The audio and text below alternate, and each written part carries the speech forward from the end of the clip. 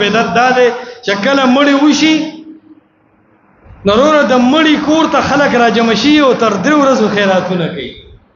یاد ساته د مړی صحیح طریقه خدا وا چې کله د په گاوند کې مړی وشو نو د الله د نبی نه طریقه زدکا. عبد الله ابن جعفر سیبوی زما پلار چې کله شهید شو نو خلک د مقبره نه رااله دا رشتہ دار زما راجمع شو. د الله نبی د جعفر صاحب رشتہ دار ته وی اصنعوا لآل جعفر طعاما، اے ځوانانو، اے صاحب مال خلقو، اے گاونډیانو رشتہ دارو، اصنعوا لآل جعفر طعاما. د جعفر نه بچی پاتې شوی دی، خزه کور کې دا، لوریان کور کې دي، زامن بار ګرځي. اصنعوا لآل جعفر طعاما دا وسواله خلق تر دې 3 ورځې پورې د جعفر د بچو د خوراک پروګرام سم کې. دا د الله د نبی طریقه ده ستای کا. او اصنعوا ویلې اوس تیار کې دا نه چې مخکې نه تنظیمونه جوړ کړي او ارم یاشي ار مړی پسې 0 روپے جمع کوي. نه، اصنعوا لآل جعفر طعاما، جعفر د پاره د طعام پروګرامو کې فقط اتاهم ما يشغلهم.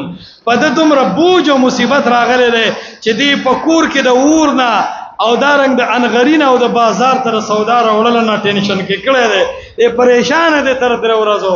لہذا تاسو د لپاره طعام پروګرامو کې د حدیث کې یو ټکی ویل د اسنو اوس تاسو تیاری شروع کړئ. دا اشاره ده چې د مخ کې نه بنه تنظیمونه جوړه د مړو لپاره او نه په پیسې راجمع کړي. دا یو لوی غوښمه جوړه ده مې ویل دي چې اسنعو بس عام طور باندې ورشه او تاسو پروګرامو کې. دا نه چې ویراشه باید غم روټه تقسیمي، دا په اسلام کې نه و. تا نو بیا دې د سره لس ملمانه شي، د سره دا غلطي طریقې وي. ولې تاله چې لس ملمانه درکړو اوس چې پتا غم راغی نو ته به مال خو در روټه کړي وا نو زما باندې روټه د دی په ما لس ملمانه راجولو ته په یو 12 ور واچو. یره زماغه کې شرګمو خو واه پریجو کنه وا. دا دې کوم حساب جوړ کړه؟ دا هو د الله نبی د مشکل حالت لپاره یو لار را استوا. دین خو پروګرامونه جوړول نو، دې کې خو کړهیان او چرګان نو. اسنعو بس په دغه ټیم کې په خپل منځ کې ارضی څخه خبرو کې خو عدل بدل نه.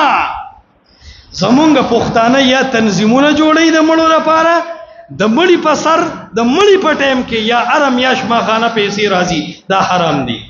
دویمه طریقه دا کوي کسان تقسیم کې نمبر په نمبر وای مونږ دل روټه وکړه د مال وکړه. دام د شریعت د انصاف د صدقې خلاف دي، بلکې دا عدل بدل دی، دې کې برابرۍ دی، سیواواله بګ بیا سود دی. او بیا فرمایل لآل جعفر د ټولو خلکو لپاره نه، د جعفر د خاندان لپاره نه، د جعفر د ټولو دوستانو لپاره نه، لآل جعفر د جعفر د بچو لپاره. دا خبره نشته چې یو کس مړ شوی دی او داغه د خاندان ټول خلک په 3 ورځې دغه کې ډېر دی او ډوډوګانو له خلکو پسې ګرځي.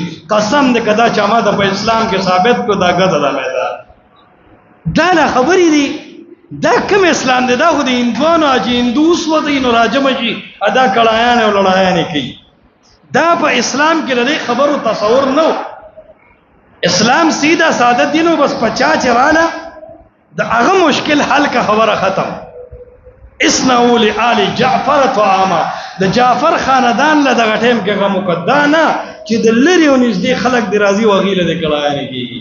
فقد اتاهم ما يشغلهم، په د باندې مشکل راغله دی، دی خراب دی، دی تکلیف کې دی. نو دا پکې هغه یو اهمه خبره ده چې مسلمانان دې طرف ته ډېر زیات متوجي شي. بلې ویل دي طعاما د تعزیت په دې خوراکونو کې زیات ګډان او چرګان نه، ځکه دا خو د خوشاله لپاره دي او دا د غم موقله په دې کې دومره قدرې خوراک چې داږي خېټه په مړه شي. باز دیو بوتلې او سلادونه او چکنه او بریانه د دې اجازه پوری نشته د غم په خوراکونو کې. بیا تنظیمونه جوړول په دې غم خادو لپاره چې یاره غم راغلی دی اوس بر مړی په سر باندې پیسې جمع، دا غلطه خبره ده.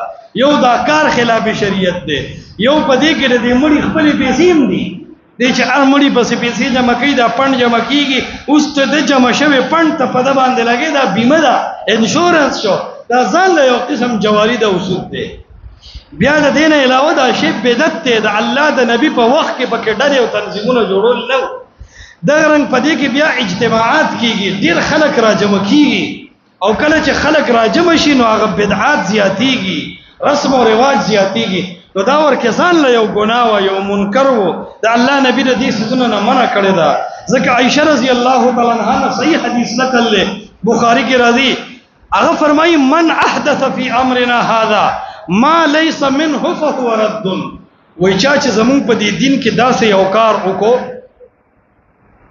من احدث وګوره دا علماء د ګرامر او لغت والوي وای دا من لفظا مفرد ده او معنا عام ده هر چا چې دا کار وکړو که عالم وکړو که امي وکړو خو چې دا کار وکړو فهو رد نو دا عمل د مردود دی د الله له طرف نه دله هیڅ قسم اجر به نه ملويږي